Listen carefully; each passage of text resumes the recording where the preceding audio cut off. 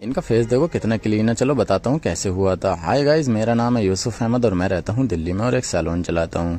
और आज संडे का भी दिन था, तो संडे के दिन आज यार काम थोड़ा हल्का ही था, तो इन भैया के मैंने D10 लगा के इनको फ्री किया।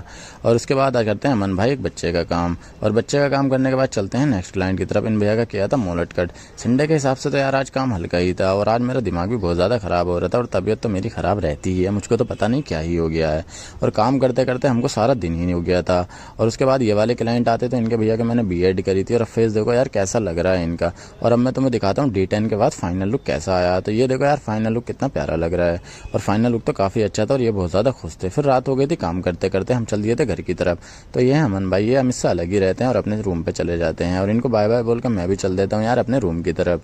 तो यार तुम मुझे फॉलो करके थोड़ा सा सपोर्ट कर दो, ताकि यार मैं थोड़ा सा आगे भी बढ़ जाऊँ, क्योंकि फॉलो तो मुझे कोई कर ही नहीं रहा है हकीकत बताऊँ तो यार आज के लिए बस इतना ही। मिलते हैं कल के ब्लॉग में यार, बाय।